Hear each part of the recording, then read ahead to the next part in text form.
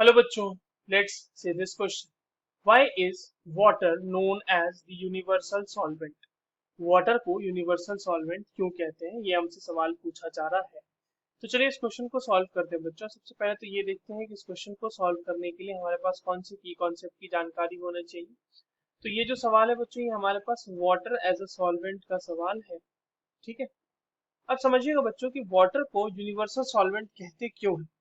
Water को universal solvent इसलिए कहते हैं कि it dissolves most number of compounds.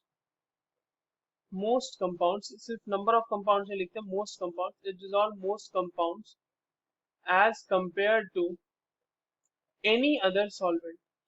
ठीक है, अगर आप किसी भी दूसरे सॉल्वेंट से कंपेयर कर दोगे as compared to any other solvent, तो वो जो उससे जो है आपको इसमें ज्यादा ही सॉल्वेंट मतलब कंपाउंड डिसॉल्व होते हुए दिखेंगे compare to any other solvent. ठीक है, and this is one of the reason that is why the water is called as universal solvent.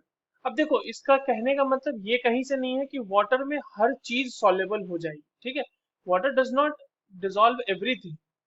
Water does not dissolve everything, पर हाँ बाकी जितने भी सॉल्वेंट है, but does not dissolve everything.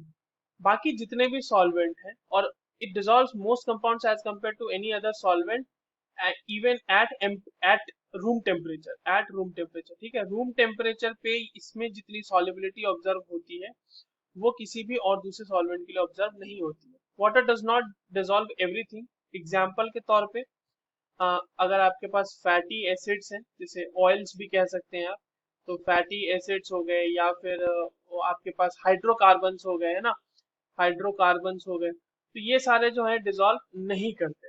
Do not dissolve in water, don't dissolve in water. ठीक है, और water में ज्यादा सॉल्युबिलिटी ऑब्जर्व होने का कारण क्या है बच्चों? रीजन फॉर सॉल्युबिलिटी क्या है? Is the polarity.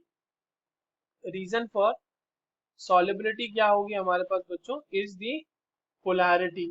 Polarity of water molecule, जिसकी वजह से जो है आपके पास अगर थोड़ा भी स्लाइटली पोलर कंपाउंड है तो वो डिसॉल्व हो जाता है।